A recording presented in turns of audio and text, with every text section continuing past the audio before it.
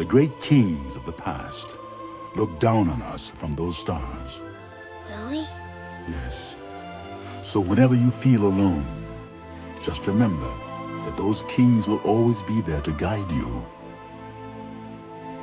And so am I. Hey, Trash Talk fam.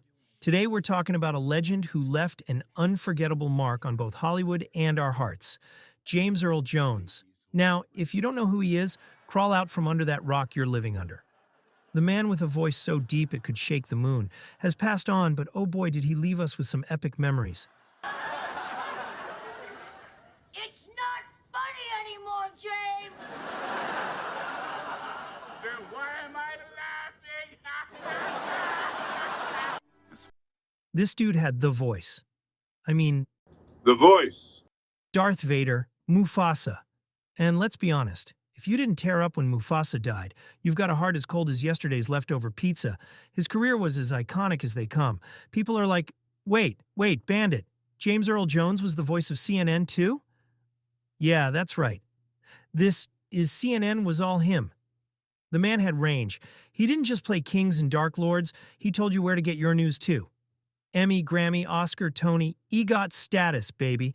I mean, I can't even score a leftover cheeseburger without getting shooed away, and here's this guy just snatching awards like it's no big deal. Now, I've never watched Star Wars in full. Sue me, but even I know Darth Vader. And listen, when he said, "I am your father," it wasn't just a line, it was a lifestyle. And then, let's not forget Mufasa, the OG lion dad from The Lion King. Man, when he said, "One day, Simba, the sun will set on my time here," it was like getting a warm, fuzzy hug. Seriously, didn't matter if you were black, white, raccoon, or squirrel. When Mufasa spoke, we all listened. Oh, and don't even get me started on Coming to America. My man was regal even when he was talking about sowing royal oats. He wasn't just the king of Zamunda. He was the king of smooth voices. R.I.P. To an absolute legend, man. James Earl Jones didn't just live a long life, he owned every moment of it. Let's pay tribute to a dude who not only made movie history but changed the game for voice acting, stage performance, and straight-up coolness. Let's dive into the trash bag of legacy he left behind. Now, here's something wild. James Earl Jones wasn't always the booming voice we know and love. Dude had a speech impediment growing up? Yeah, no joke. Little Jimmy couldn't even speak till high school. I mean, talk about a plot twist. The guy who ended up being the most famous voice in history was once silent as a ninja in a library. But thanks to some good old teacher guidance, he found his voice. And boy, did he use it. The world got Darth Vader and Simba's dad because of that voice. Think about it. The scariest villain and the wisest lion, all wrapped up in one guy. Now that's range. He didn't stop there, though. Jones's voice may be what we all remember, but his acting chops were something else. He was a Shakespearean powerhouse, performing on Broadway like a boss. Imagine hearing Hamlet in that deep rumble. Chills, right? And in 1968, he crushed it in The Great White Hope, earning him his first Tony Award. And don't even get me started on his film debut in Dr. Strangelove. This guy didn't just enter the movie scene, he kicked the door open, said, "Here I am," and took over. Then came 1977, the year the galaxy was forever changed. Jones's voice became synonymous with Darth Vader in Star Wars. I mean, you didn't even need to see the guy. As soon as you heard that breathing and the "I am your father" line, you knew who was in charge. This wasn't just acting. This was immortalizing a character.